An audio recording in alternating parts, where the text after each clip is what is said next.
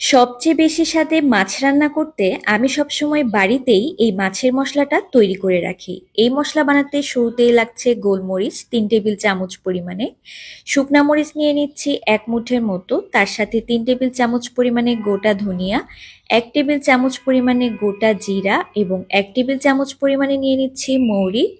তার সাথে দিয়ে দিব 20টার মতো লবঙ্গ এবং এখন দিয়ে দিব মেথি, সেটা হাফ চা চামচের মতো, খুব বেশি নেওয়ার দরকার নেই। আর এখন দিয়ে দিব 1 টেবিল চামচ পরিমাণে সরিষা, এখানে কালো সরিষা নিয়েছি, চাইলে আপনারা হলুদ সরিষাও নিতে পারেন। এখন সব মশলাগুলোকে শুকনো খোলাতে একটু হালকা করে ভেজে নিতে হবে, তবে খুব বেশি মচমচে করে ভাজার দরকার নেই, একটু গরম করে নিলেই হবে। আর এখন এটাকে ভালো করে ব্লেন্ডারের মাধ্যমে আমি ব্লেন্ড করে নিয়েছি। আর এর মধ্যে দিয়ে দিব হাফ চা চামচ পরিমাণে হলুদের গুঁড়া। সো তৈরি হয়ে গেল একেবারে ঝটপট ঘরে তৈরি মাছের মশলা। আর এই মশলা দিয়ে যে কোনো ধরনের মাছ অনায়াসে রান্না করতে পারবেন।